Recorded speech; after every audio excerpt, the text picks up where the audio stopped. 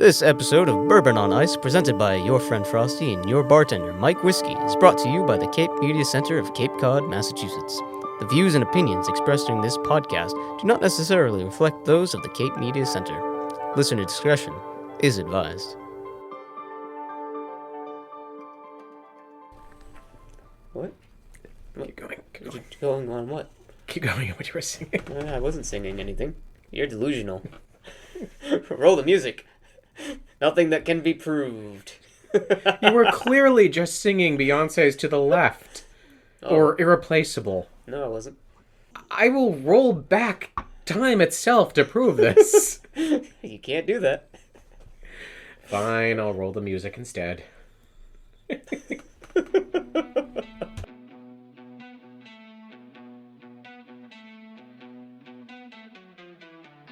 Welcome, listeners, to Bourbon on Ice. Where we talk about everything nerdy, like gentlemen.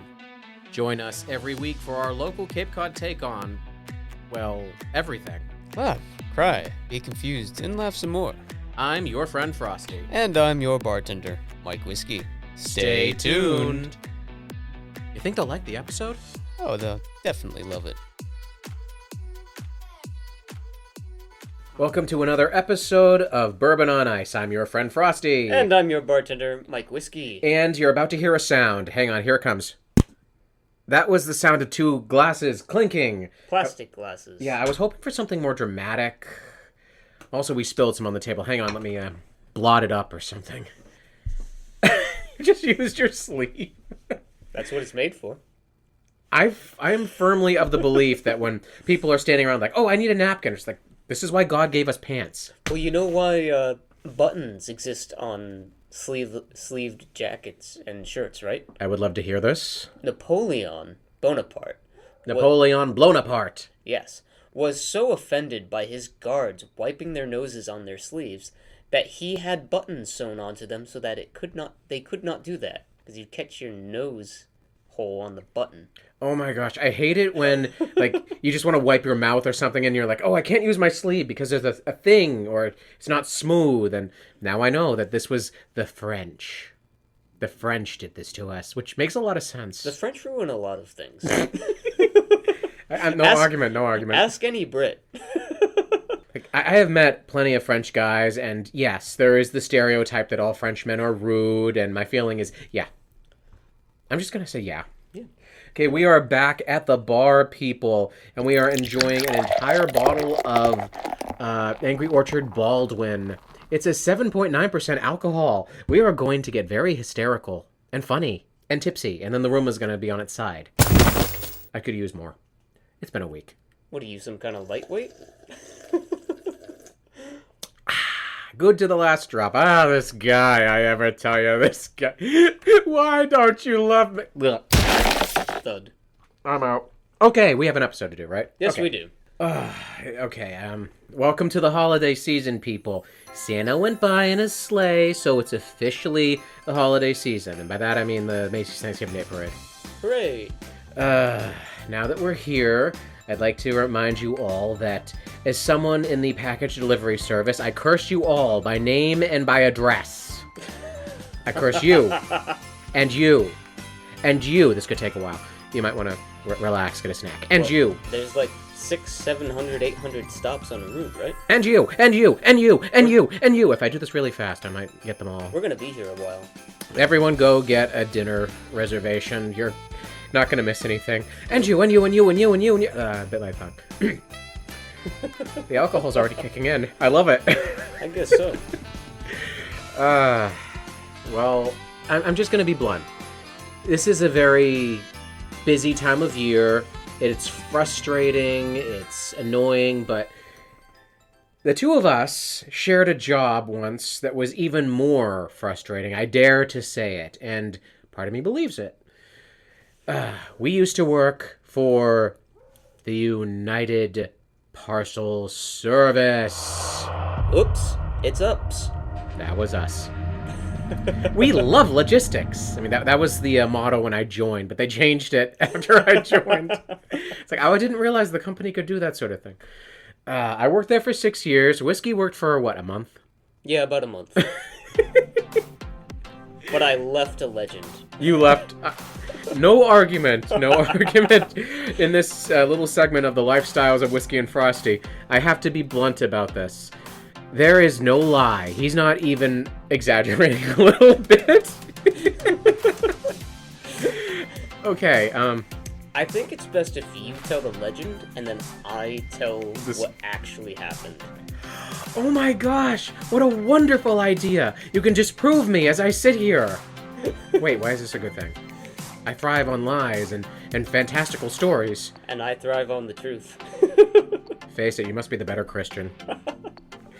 Okay, so years ago, I was working for UPS, and one day I just look up, and there is one of the greatest, coolest, savviest, hat-wearingest people in the world striding through the doors of this place, and I'm like, it's him! I know that guy. There's the guy, what done the thing? Of course I know him. He's me. It was cool. I mean, I was what was called a preloader. Hey people, do you wonder how those trucks get filled? It's not magical elves that show up at night and vanish as the sun rises. No, it's preloaders. What do preloaders do? They stand in a freezing cold, miserable factory, unless you're like somewhere nice, like, I don't know, Hawaii. Do they have any, like, in Puerto Rico? I think they do. Probably. Okay. If you're not there, then it's cold and freezing. We're there at like 3 a.m, 4, 2, 1. It's not elves who show up magically in the night and leave at dawn. It's goblins. I should kill you for that, but I'm not going to because that was brilliant. Ow, I feel hurt. A spear of ice. Your judgment hurts me. Which makes this even better because I'm in a Santa hat. He's wearing a Santa hat right now. One of those old-fashioned ones with the string hanging off it. It's offending my OCD. It's like, no. I kind of want to bat at it like a cat toy. The trucks get filled by preloaders. Preloaders show up early, and we basically unload those gigantic 52-footer trucks, separate everything onto conveyor belts, and take them over, they're called E-regs, but those are irregular packages, really big stuff. Someone says, hey, I've decided to buy a grill. A door. An entire piano. Oh my goodness, you had one of those? Yeah. Oh my goodness. I know, I wanted to track the people down and, like, drop the piano on them, all cartoon style. Did you need help for that? Did you get help for that? Let me just say that when we moved the box, you could hear it inside it, and we're staring at the thing like, that is a piano, right? We're all hearing this. There was one day, it was like the 21st of July. I'm staring at this box, and my buddy Donnie is walking by. I'm like, Donnie, look at this box. Touch it. Why? Touch the box.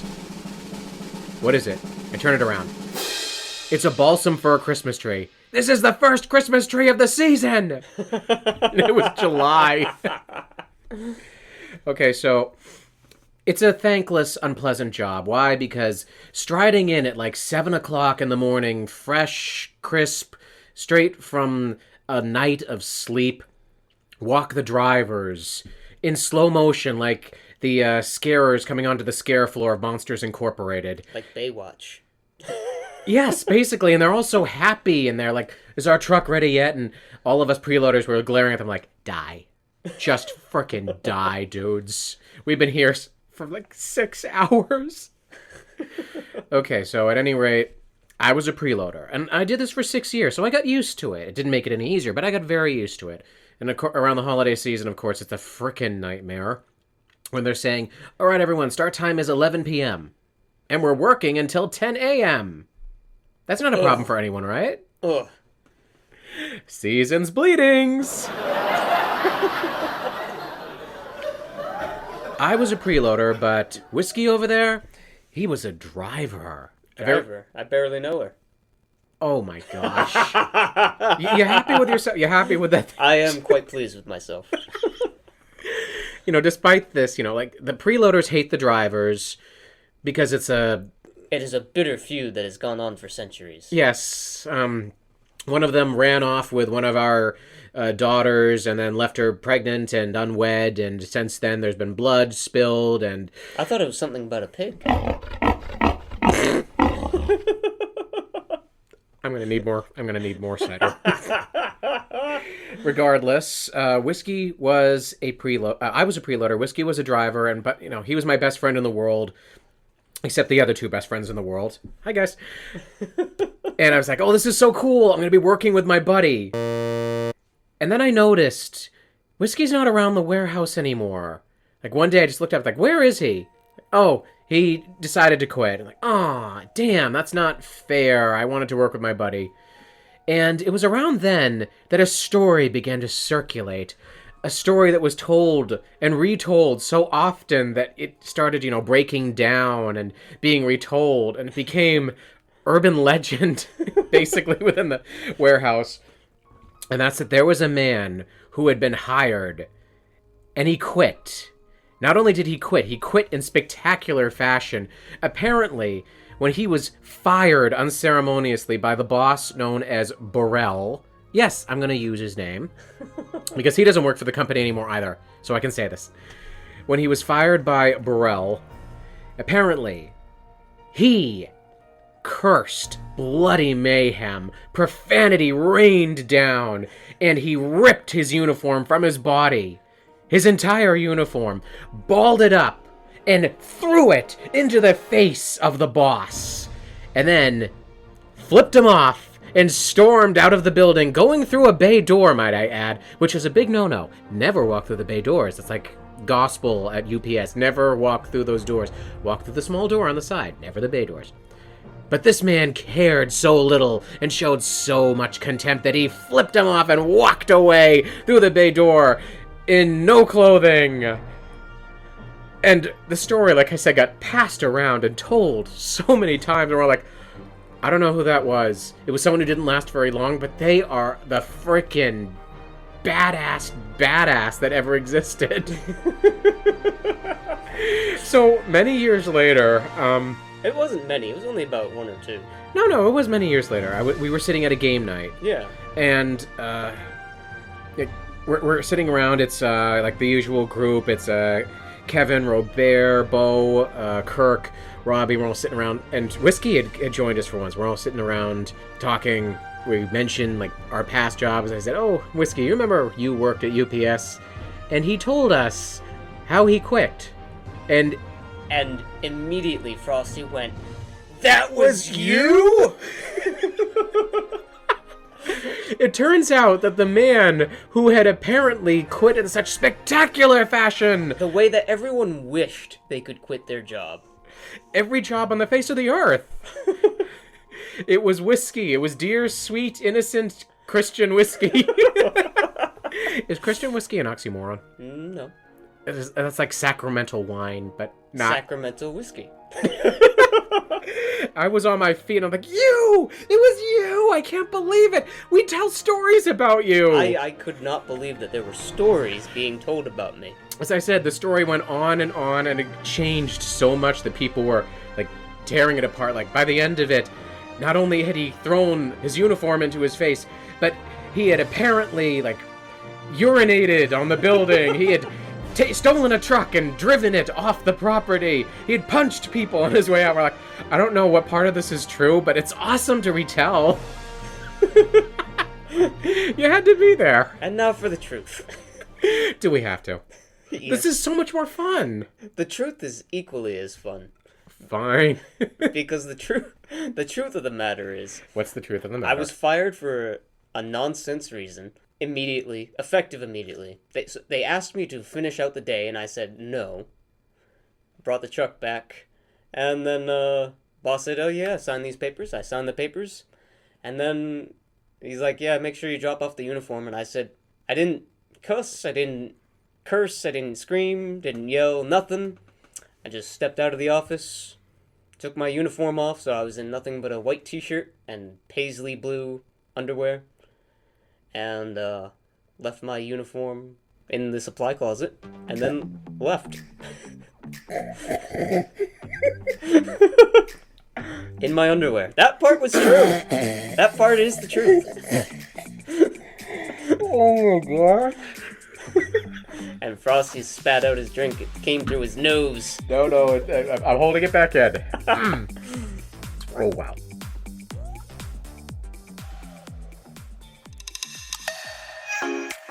The Cape Media Center, located in Dennisport, Cape Cod, Massachusetts, is a non-profit community media center and the public access TV station for the towns of Barnstable, Yarmouth, Dennis, Harwich, and Chatham. Our mission is to build community through media, enhance democratic communication, and facilitate free expression by providing these towns with a state-of-the-art media resource center. Members can become trained in our video and audio equipment and produce their own media content. Membership includes training classes, access to our field equipment, studios and facility, as well as airtime. Podcasters and music producers can share their content on our website. For more information, visit capemedia.org. This episode of Bourbon on Ice is brought to you by Market Street Bookshop in Mashpee Commons, located at 31 Market Street, Mashpee, Massachusetts. Embrace diversity and find support for local authors and artists at the Market Street Bookshop, where your favorite new read is just a browse away. For more information, give them a call at 508-539-6985. What the hell is that? What are you holding? What are you... Oh my... What... He's holding up a pair of boxer shorts that look like these white spirals on them. Why are you showing me this? These are the Why? These are the boxers that I left in. The famous boxers? Famous boxers. Can I touch them for power? No, don't. I don't want to touch your underwear. I'm sorry. That's too far. Those are them. You want to laugh more? Yes. Mama Whiskey made these. That's the most amazing thing I've ever heard. People, like, he ran out of the room. He runs upstairs and like, oh my gosh, does he have to pee? Is the booze moving through him faster than it's moving through me? I don't think that's possible, but is it? And he comes back down the stairs into the bar with his boxer shorts. Hey, all my gay friends! I got to see Whiskey's underpants before you did. Beat you to it. Yeah. Shame I'm not wearing them. Wait, does that mean you're not wearing any right now? No, I'm wearing underwear. What monster does not wear underwear in their own home? Right, monsters. Complete. Moving on. All right, so as I said, the whole point of this was, Whiskey had become urban legend at UPS. None of us knew it. When I finally left the company, like 3 years later, the story was still being told. That's amazing. I joined my new job, and I ran into one of my old coworkers from UPS who had also jumped ship. I said to him, like, this was after the game night had happened, like, hey, by the way, do you remember the story about that guy who apparently threw his uniform in the boss's face and stormed out? It's my buddy, and he knew the story. Yeah. So it's still being told to this day, to this day, to this day. That's amazing. That is amazing. Like, kudos. Hang on. Like, there we go. Applause, which is actually an attack used by Jack Skellington and Sora during Kingdom Hearts 3. No, 2. 2. Disney has made a terrible, terrible mistake. Which one? If they want Infinity War box office numbers again, they need to make a Kingdom Hearts movie. That's both genius and insane, which by its own definition is genius. So that's double the genius, which is amazing. Do it, Disney! Do it! Do it! Do it! If they could get a trilogy in the works to match the story of Kingdom Hearts, they would be rolling in money. Oh my god. If it was done well. I just saw the title of an article today, and I didn't even want to click on it because it was obvious clickbait. It was, citing superhero fatigue, Disney considers ending the Marvel Cinematic Universe. And my feeling is, no, they're not going to do that. Not as long as there's a drop of money to be squeezed from this prized peach. But if they can replace it with something like the Kingdom Hearts franchise, oh, baby. They will jump on that. Oh yeah. They will pounce on that thing faster than a lion on a wounded gazelle. The circle of life. See? I've heard that there is a movie in the works, but there's always been a movie in the works. There's been a television series, there's been an animated series, there's always been something, but it's never come to fruition. I'm still holding out hope for the American McGee's Alice in Wonderland movie, which was promised to us back in the 90s, people. I am holding out hope for the BioShock movie. I am holding out hope for so many things that will never happen. At this point, I'm kind of glad so many things haven't happened. I just keep wondering of what could have been. Okay, so the long and short of this is that Whiskey is a badass. I am considerably buzzed, and I stayed behind for about 3 more years. To this day, I'm just going to say it, I envy you. And not just because you stormed out of a building in your boxers. That is pretty badass. That is extremely badass. Although I'm really disappointed to find out that you didn't, flip him off and rain profanity on his head. But we'll keep that our little secret. Thank heavens this podcast won't go out onto the internet. Oh, yeah. Wait, how does the internet work again? And podcasting, explain that to me. We just did a video about that.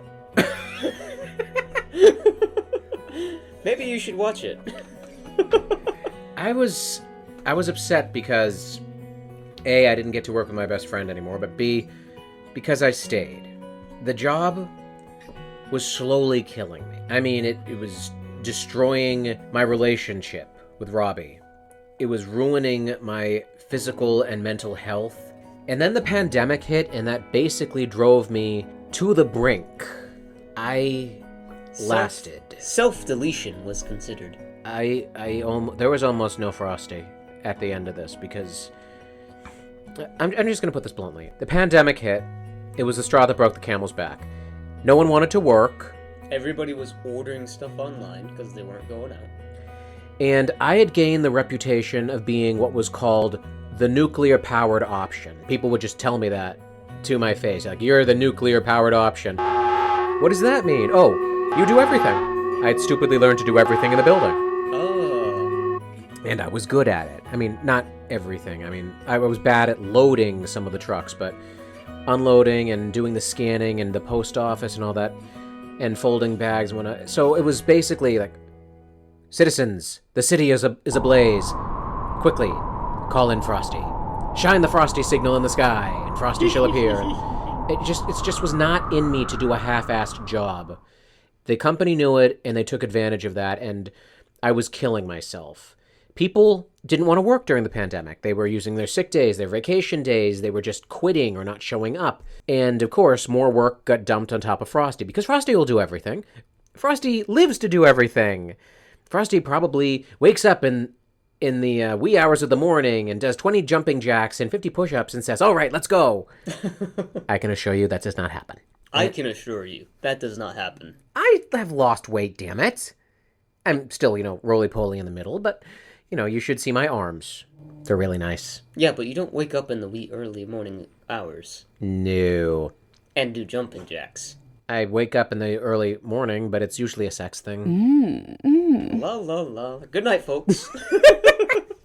No, I'm not sorry I said it. As Yakko would say. Oh my gosh, I miss... When all of that was on Netflix, I watched it from one episode to the end. I'm just so happy. Then they removed it, and I'm sad now. Oh. I put up with a lot of abuse, and I should have done what Whiskey did, what he had the courage to do.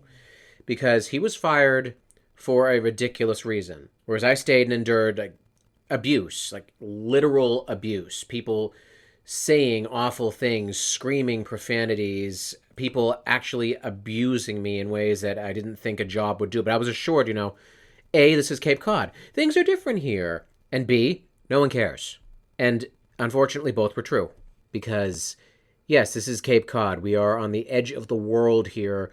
No one actually cares what happens on Cape Cod. So many businesses out here will just go ahead and bend rules, do things backwards, under the table, because this is not the big city.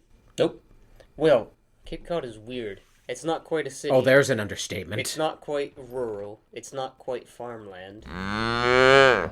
Yet it has all of that. It's not quite suburb. And yet it has those too. It's like a weird amalgamation of all of them except for city. Unless you go to Hyannis. And Hyannis is as close to a city as you'll get. Yeah. And it's like one gigantic block. Yeah. It's like the whole Cape sat down one day and said, all right, everyone, we need one place to make... And that's going to be Hyannis. You disagree with that statement, Murphy? One place to put all of our businesses. It should be Hyannis. Hyannis is not that bad, but It has its high points and low points, and you know what? I'm just going to leave it there. If you live here, you get it. Yep. And I do live here, so I get it. We've got the tropical islands, which are Martha's Vineyard and Nantucket. Yep. We've got the mysterious, out-of-the-way location that no one must ever set foot in, which is Falmouth. Falmouth is so weird. Again, understatement. I call it the Forbidden Zone myself. If you're in Falmouth, you've got everything that you need in Falmouth. If you're outside of Falmouth, you avoid Falmouth. There's the magical tourist destination, which is an alternative, which is Provincetown. Then there's the actual tourist destination, which is almost like a city, which is Hyannis. There's beaches all over the place. There's public transportation, but it's not actually public transportation. We have 365 ponds and lakes. That's one for each day of the year.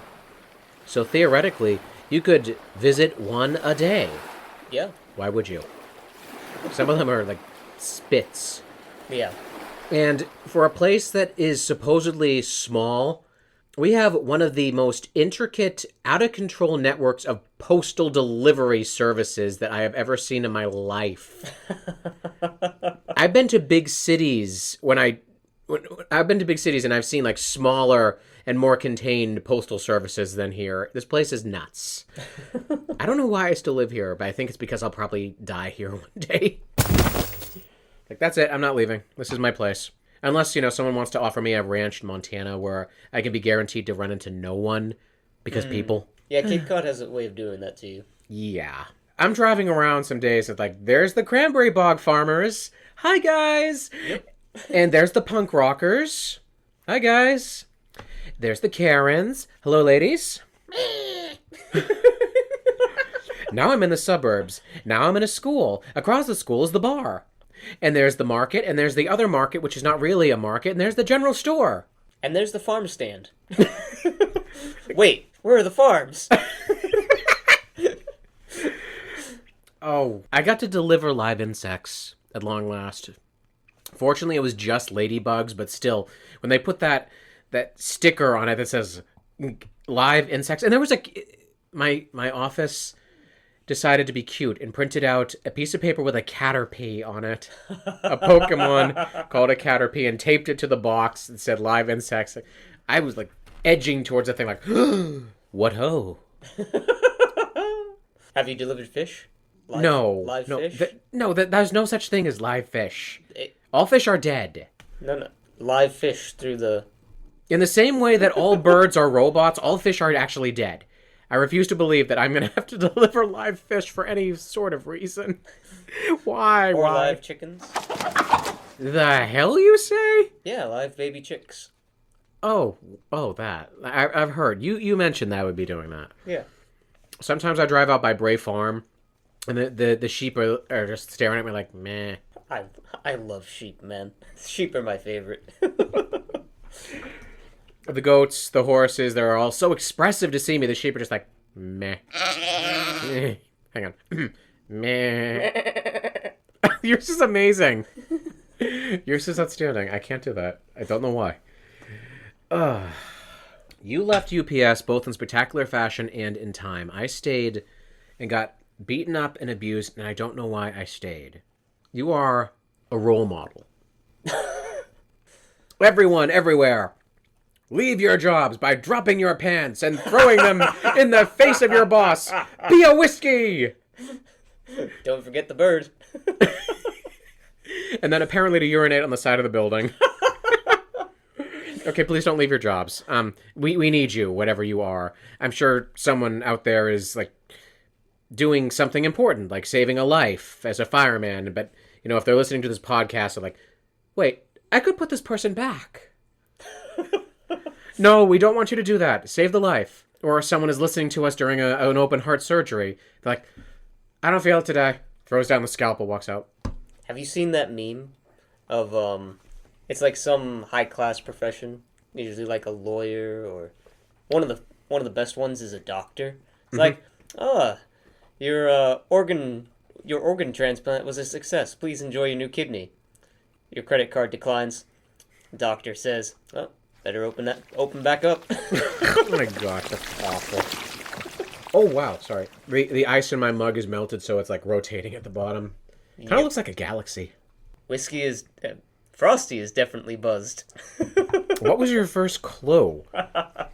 I can usually tell when I am drunk, and that's if I start singing along to music that's not playing. Embarrassing, but interesting story. Kirk took me to the Cape Cod Rails and Ales train one year. That is when you get on the Cape Cod Railroad, Which still exists. which is fun, actually. It's a nice way to like kill a couple of hours. It's scenic. It's lovely. It's a wonderful date night. We should take MJ on it when she gets here. I definitely will. But with the Rails and Ales thing, or Ales and Rails, I really should look that up. They serve you food, and each course is paired with an alcoholic beverage, a wine, a beer, and they're usually all local, from Cape Cod itself or from New England. And the thing was, there were 7 courses, which meant there were 7 alcohol pairings. So at a certain point, like we've passed the bridge, and Kirk looks over at me and is like, "Why are you singing?" Like, "I love this song." He said, "There's no music playing." I said, "Oh, how many courses are we up to?" "This is our 5th course." That would explain it. And this is what Frosty is like when he is drunk. But it was a really nice song, whatever it was. I only to this day wish I knew what I'd been singing. It's like when I had, it's like when they put me under with anesthesia and I had eye surgery and I sang a very inappropriate punk rock song. I wish I knew what that was. Whiskey, I'm just going to say this one last time. You are my hero. I'm glad that you had the guts to stand up and leave a bad situation. I did not. And it, as I said, drove me to the brink. That is an important lesson for people. Not to quit your job in spectacular, legendary, infamous, urban legendary fashion, but when you are in a situation where you know you cannot win and you have the potential of other options, to leave. And not just kowtow and go crazy. Like Cuckoo for Cocoa Puffs crazy. I was just listening to that episode. I still maintain that Sunny, the Cocoa Puff bird, is a hands down psychopath.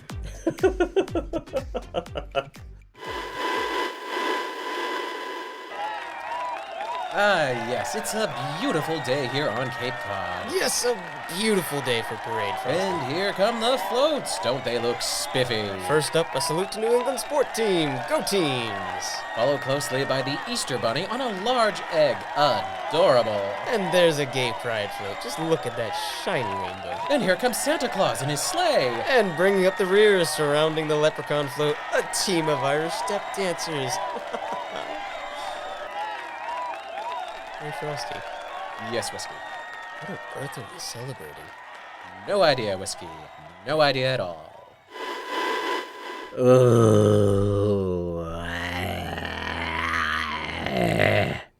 Sorry, I'm just... Dragon breath. No, sorry, I'm just conveying my disgust for this time of year. Oh. I both love the Christmas season and hate it because, work. Yeah. It's very festive, though. I love seeing all the lights. You want to borrow my Christmas playlist? You have a Christmas playlist. I do. Is there anything inappropriate on it? No. I refuse to believe that. You're the guy who put that coconut song, and then the other coconut song, and then that awful Pink Floyd one with the animals in the cave. You put those in an order, plus the bicycle song. Many of those were just to screw with you. Yeah, exactly. You put this on a playlist, which you can find. We have placed the links on our page, our Twitter page. By the way, Twitter, we are going to be building an Instagram page. Yay! As soon as I figure out how to do it, but I'll be doing it. Okay. But you did that, and you want me to listen to your Christmas playlist. I don't trust you. There is not one single... Well, I wouldn't say one single. There it is. There are almost no modern Christmas songs. Oh, so it's boring. No. It's actually quite fun. Good King Wenceslas. Remember that time when we were walking through a Mashpee Commons and the two of us just spontaneously sang it? Yep. But you knew all the words more than I did, which is sad. I actually said, I know all the words to this, and wow, was I wrong. I got Latin hymnals of all kinds. What? Nah, I know you. That's not actually par for, that's not par for the course. The first Noel in French. French, lay Christmas, and also Noel. German. I know I got the lyrics jumbled, but I'm pretty sure at least one of those was right. I've got Hanukkah songs and some Philippine songs as well for Christmas. Let me guess. You learned those when you were over there proposing to your girlfriend, who's now your fiancée. No, I found them out beforehand. That's both romantic and not. I bow to Whiskey's prowess of knowing obscure Christmas carols. So nothing in there, not Nothing's inappropriate. It's wholesome Christmas. wholesome schmolesome. I'm talking like there. You don't have my grown-up Christmas list with Kelly Clarkson. I do have Banjos We Have Heard on High. There we go. I knew if I waited, something would pop up. I just frickin' knew it. What about walking around in women's underwear? Nope, I don't have that one. Everyone, if you know that song, something is wrong with you. I've got Lindsay Sterling on that, though. That's modern? Yeah. She's wonderful. Modern, but it's not played on, like, the pop Christmas stations. That's the big idea of this playlist. You're not going to hear it except for, like, one or two. Like Aretha Franklin or Bill Crosby. Okay. Bill? Bing. Wait, Crosby. yeah, there is no Bill Crosby. There's a Bill Cosby, and he should not be singing. No. Jello man. We're stopping now. Ladies and gentlemen, we welcome you to the Christmas season. Yes, the moose season, the season of the Christmas. Cherry Missmas. That too. Thank you, everyone. I am your friend Frosty. And I'm your bartender, Mike Whiskey. And as always, have a cold one on us. See, I call it Christmas because of the moose of Christ, or Christmas moose, or for you regular people, Christmas mas. I don't know where I was going with this. We can leave it there then. Let's go.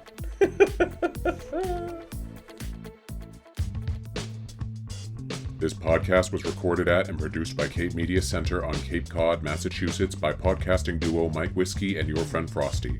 All music and sound credits go to soundstripe.com. Special thanks to Jamie Horton, Emily Tulloch, Gabrielle Rawson. For more information on Bourbon on Ice, visit our social media page at twitter.com/whiskeyfrosty. For more information on Cape Media Center, visit capemedia.org. For more listening options and a variety of podcasting entertainment, visit our hosts at buzzsprout.com and capemediacenter.org.